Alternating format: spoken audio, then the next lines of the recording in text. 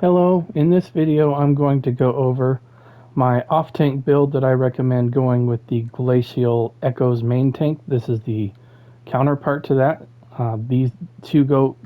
Those two tanks go together extremely well. The main tank, Glacial Echoes, wears Lucent Echoes and the Glacial Guardian set from Coral Airy, which increases group status effect chance by 200%. So if you haven't seen that video, check it out. I'll link it in the description if you're interested. Also, this tank is designed to basically yank in an absolute metric ton of adds, because I have 3 different methods to yank adds in, and that would be in the Vateshran Sword and Board, as well as the Swarm Mother monster set. And then I'm also using on the back bar from Necromancer, I have the Beckoning Armor, which yanks in adds. These all taunt except for the Vateshran Sword and Board does not. Now some people might be saying the Vateshran Sword and Board doesn't yank in all adds in trials. I'm fully aware of that. Not all adds are chainable. However, I will point out what the bonus to this is it excuse me, it provides major maim in an AoE for 10 seconds. So I'll bash this guy. You'll see the tethers come out, and then there'll be kind of a black cloud that pops out. There's the black cloud there, and you can see these guys are all inflicted with major maim. They don't have to be pulled in to necessarily be useful with this sword and board. So that's something I recommend for ad pulls, and that's what this setup is right here.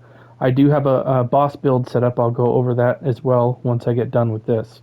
But just real quick, I have a defending Vateshran sword and board. I'm probably going to remake this into a decisive.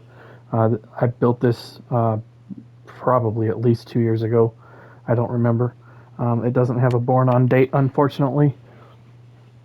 But as you can see, it's defending with a hardening glyph. I would recommend going with the hardening glyph anytime you can get a shield. That's a good thing. Divine's triglyph shield, and then the Sword Mother is both medium. These are reinforced. You could probably go Divines if you're at the cap. For example, if I pop my Arcanist ability there, as you can see, I'm over cap, so I don't need to have this in reinforced. But as is the case with a lot of this gear, I built it before subclassing was a thing, and I needed the extra armor on Necromancer because Necromancer doesn't have any armor buffs in their passives other than the major resolve, minor resolve.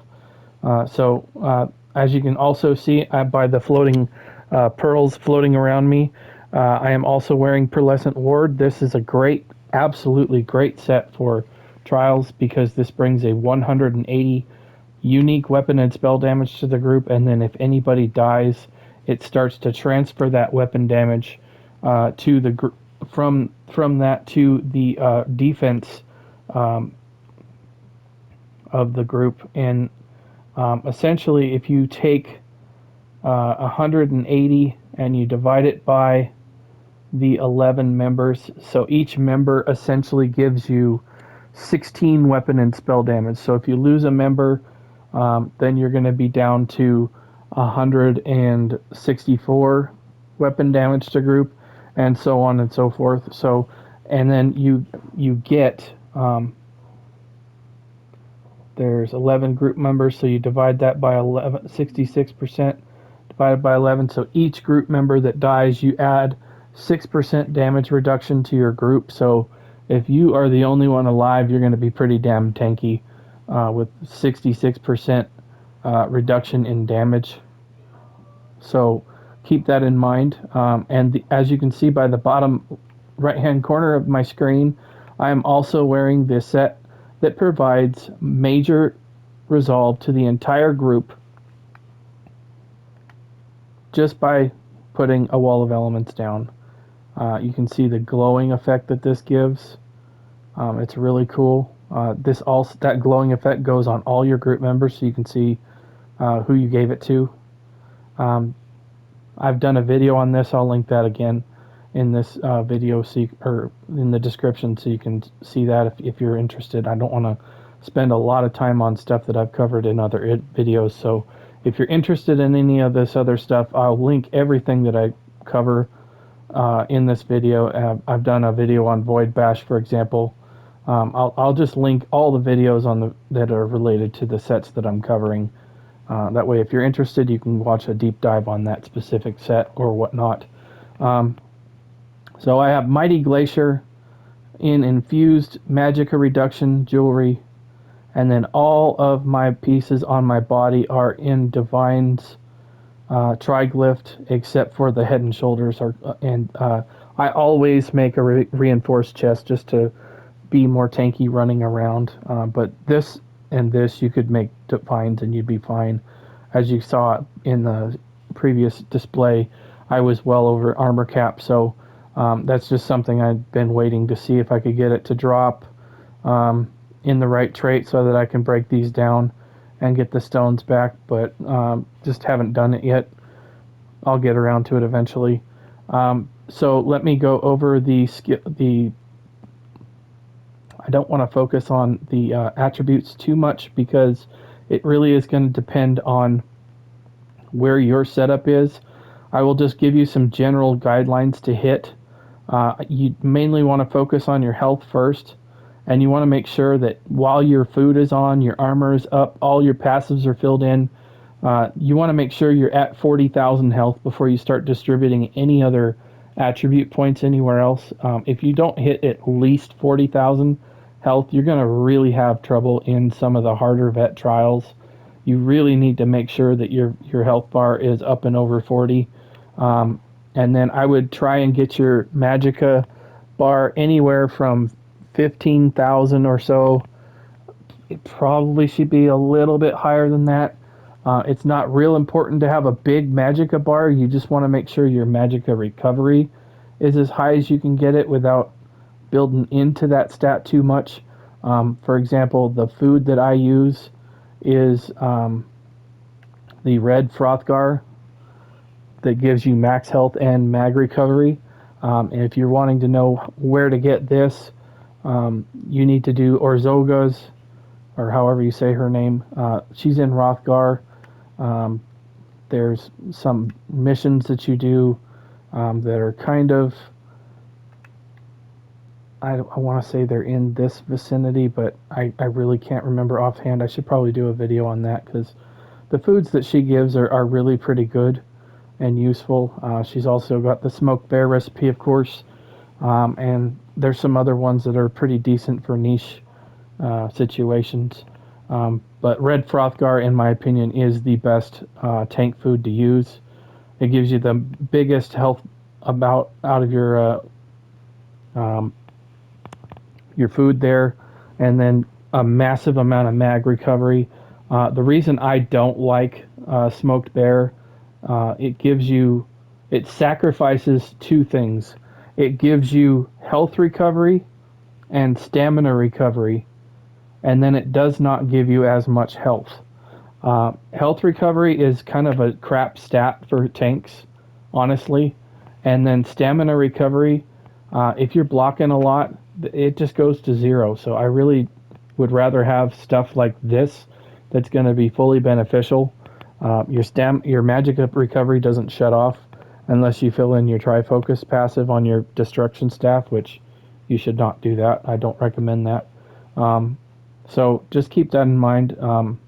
If you don't want to use this and you're pushing for the Orzoga's Smoked Bear, I would recommend trying the Jewels of Misrule food. It's really close to it, but it's way cheaper to make.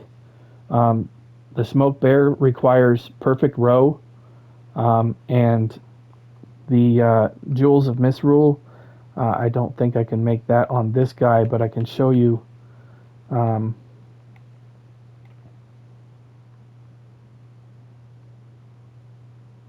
I don't think I can make very much food on this guy, actually, come to think of it. But the Jewels of Misrule is your best bet. After that, I probably have some in my inventory, so I can show you that. I usually use, there's jewels right there. I usually use this in PvP a lot. This will give you both mag and stam recovery at 357 and 3,927 max health.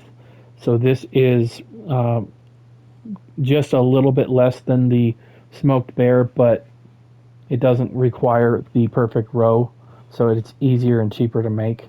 But let's continue on. Going over the skills now on my front bar. In order to fear adds and provide a little bit of minor protection in a 6-meter ring. It's not huge, but it's mainly for the tank. But it also inflicts AoE minor cowardice. So this is a very good skill for adds because it gives your allies a synergy to hit there, the pure agony synergy. It fears them, which helps them take more damage because while they are feared, they take more damage. Then I have Leashing Soul. This is basically the chains from scribing. It's got a pull script on it with resource regeneration and major cowardice. So if you already have major cowardice built into your kit, then you could use Major Vitality. That's another really good one. But I don't use the totem in all situations, so that's why I put the cowardice on here, is because I don't always use this, whereas I'm pretty much always using the chains. Then I have Ingenious Shield. Yeah, by the way, I should cover I'm a Bone Tyrant, Earthen Heart, Soldier of Apocrypha tank here. Those are my favorite 3 to use. I've done a video on that as well, so I guess I'm going to be linking a lot of videos in this. Almost be a hub for my tanking videos altogether. Probably put my playlist in there in case you want to look at that. This is here for Major Breach, because the Necromancer, I should say, my tank here does not have access to the Boneyard skill that is in Gravelords because I'm not running that skill. Then I run this, and then Power Slam is there to proc the Vateshran Sword and Board. So these two are pretty much the only stamina skills I'm using on this build, or I should say on the ad pull setup. Then I have Reviving Barrier there to give me the Magicka recovery bonus from the Magicka Aid. On the back bar, this is one of my Yankin utilities. The Beckoning Armor will chain in an enemy that strikes me at range, and it will pull that ad to me once every 2 seconds. This can happen, and it will taunt if they're not already taunted. So this and the Swarm Mother will pretty much chain stuff in automatically for me, as well as my Vateshran Sword and Board, and then I have chains. So I've got 4 different things to yank stuff in. It's really, really nice to be able to chain stuff in. You just have to keep moving around and yanking stuff, and it's really nice. This right here is meant for 2 things. One, it gives me minor protection and a burst heal in case I dip below 50% health. It also gives me a crowd control immunity when I get the heal. And then it will proc my Soldier of Apocrypha passives. So this will make my armor go way up because of the passives from Soldier of Apocrypha. So that alone probably almost takes me up and over the... It's close, but I can put that on and I'm definitely over, as you can see there. But back to the skills. Back bar, I have a heal here that will hit in an AoE with a heal over time, and it will provide the group minor courage. This is kind of a flex spot here, in case minor courage is not being provided, which it should be, but there's really not a lot of great affix scripts to put on the very bottom. So that's what I pick here, just in case it's needed. I have it in the toolkit. Then I have Blockade of Frost and Pulsar. And then lastly, I have Magma Shell. These two together will proc AoE Minor Breach very easily, because this will basically chill the enemy, and this chilled enemies in the blockade will be inflicted with Minor Breach. So those are the skills. The back bar set I'm running is, as I said, Mighty Glacier. So this gives the entire group major resolve. This is an amazing skill set. I recommend you try it out if you don't have it built. Farm it out of Frostvault. Again, I've done a video on this, so this is my ad pull setup for this build. I have the Wizard's Wardrobe set up so that I can easily pop from trash to my boss build, what I use for boss builds for this off-tank setup. I'll go over that here in just a second. But I just want to cover really briefly the CP that I have on here.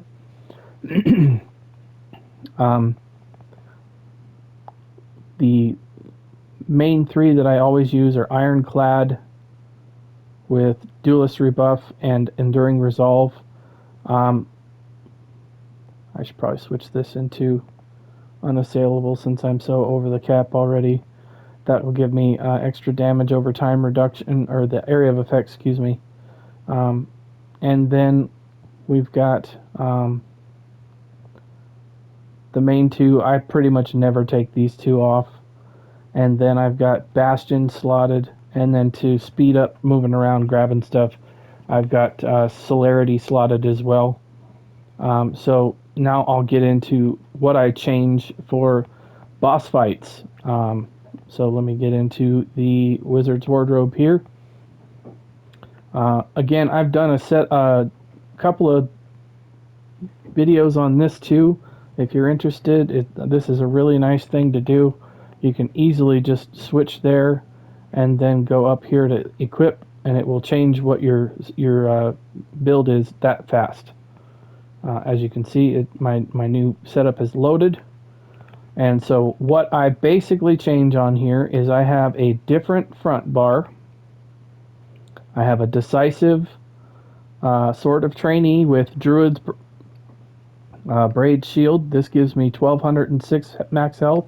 This gives me 1454. So that's a great boost to maximum health. And then the other thing that I changed for equipment is I put Lord Warden on. This is a nice monster set here that will help keep your group alive. Now this is intended if you're standing kind of right around your group, maybe dragon fights in Sunspire, or Talaria in Dreadsail Reef, where you're chaining in behemoths and stuff. If you take damage, the Shadow Pearl is going to land right next to your group, and they're going to get all of this resistances that's unique, that stacks with major, minor resolve, even Ozazon from a healer. This is really going to keep your group really super tanky. This is one of the focuses that I came up with when subclassing came out, because sets are so they've lost a lot of their luster in terms of what sets you can bring to the group. So I researched quite a bit to find sets to include, and this is what I landed on, because my idea of group composition is the support needs to provide resistances, weapon power, and resources. And this right here is an absolute, it's awesome. As I've shown in another video, it procs all the time. Pretty much the other sets I had don't change. I still wear Pearlescent Ward and Mighty Glacier. in order to keep those buffs up and active. I do change my skill bar around a little bit, so let me go over that really quickly. So on the front bar, I changed to defensive stance. If you have never used this skill before, and you regularly use, let's say you put revealing flare from the support skill line from PvP, this outperforms it for many reasons. Any damage reduction percentages that you add in, they lose their luster when you stack into that more and more. It's called the multiplicative effect that the developers like instead of additive. Um, but this also has a damage shield, and this will reduce the amount of what your block cost is, and also it increases the amount you can block passively just for having it slotted. You don't even have to have the skill operating. However, I will say if you're in a fight that has projectiles a lot of times, then you can cast the skill. That's a new skill style there, just by in case you're wondering. It is currently available for in the Crown Store and Seals of Endeavor. It's pretty cool looking, and that is called.